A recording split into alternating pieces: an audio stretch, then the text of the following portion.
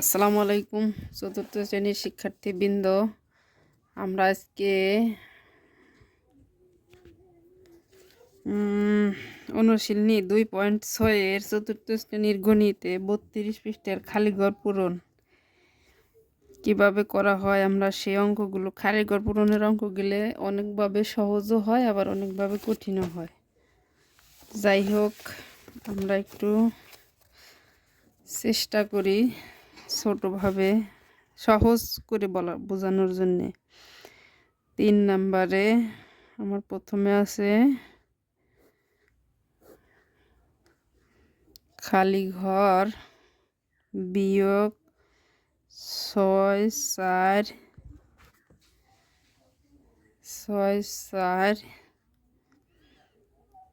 8 3 সমান 3 5 1 7। 3 5 1 7। 2 নম্বরে আছে 6 8 7 4 যোগ খালিঘর সমান 3 0 0। 3 নম্বর আছে 4 2 7 0 যোগ 2 8 8 0 যোগ খালিঘর সমান একক দশক শতক হাজার অযুত লক্ষ 1 লক্ষ।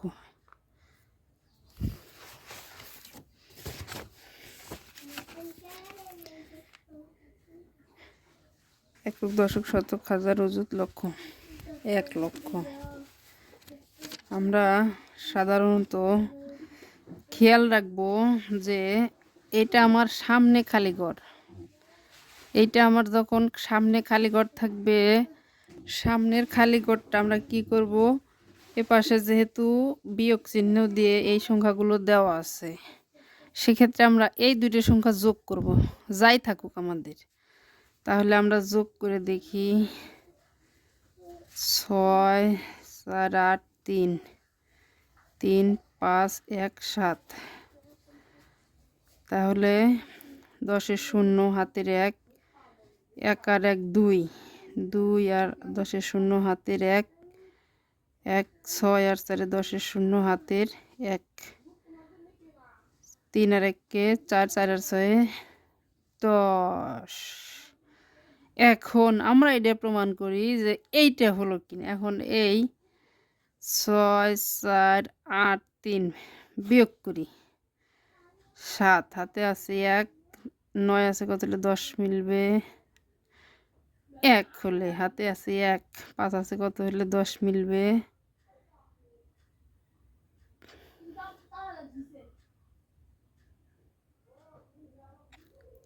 5 হলে হাতে আছে 1, তাহলে 7 আছে কত হলে 10 মিলবে,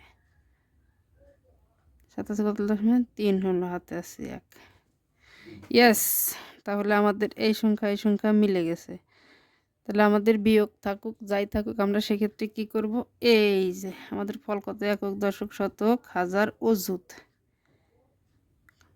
শতক হাজার, একক দশক শতক হাজার অযুত, একক দশক শতক হাজার অযুত।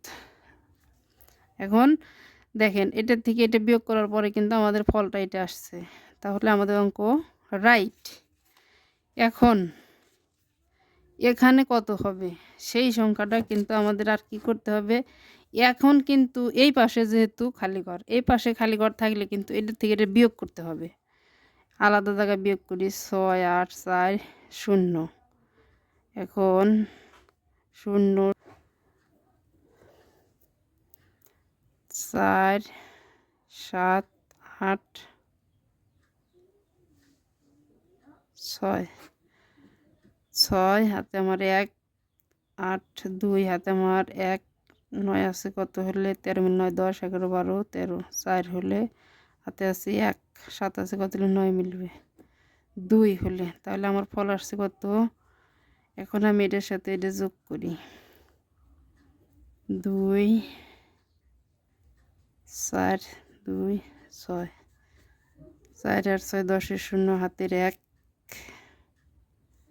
1 আর 2 3 3 আর 7 10 শূন্য হাতের 1 4 এর আগে 5 5 আর 8 5 6 7 8 9 নাকি 8 9 10 11 12 13 13 3 হাতের 1 1 আর 2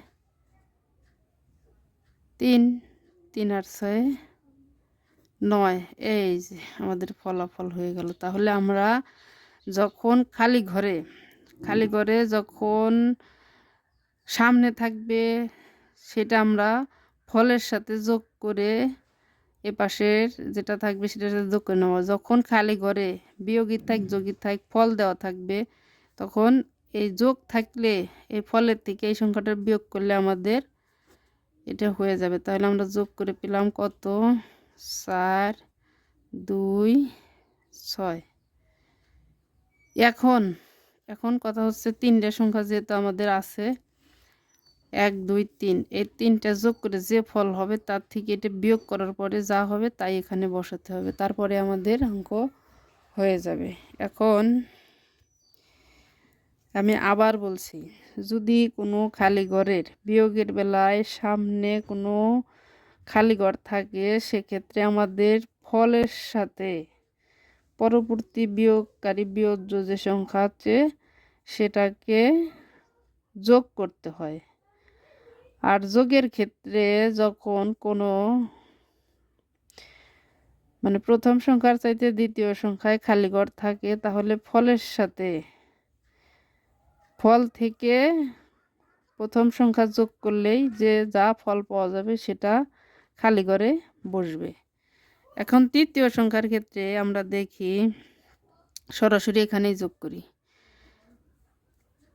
0 0 8 7 8 আর সাথে কত 8 আর সাথে 15 5 হাতের 1 1 আর 8 9 9 আর 2 10 11 1 হাতে আমার 1 1 1 আর 2 3 3 আর 4 7। এখন আমরা 1000-এর থেকে 1 লক্ষ একক দশক শতক হাজার অযুত লক্ষ একক দশক শতক হাজার অযুত লক্ষ 1 লক্ষ থেকে এটা বিয়োগ করি 0 0 0 0 5 আছে কত হলো 10 মিলবে 5 হলে হাতে আমার 1 5 আর 1 1 2 2 আর কত হলো 10 মিলবে 8 হলে হাতে আছে 1 8 আছে কত হলে 10 মিলবে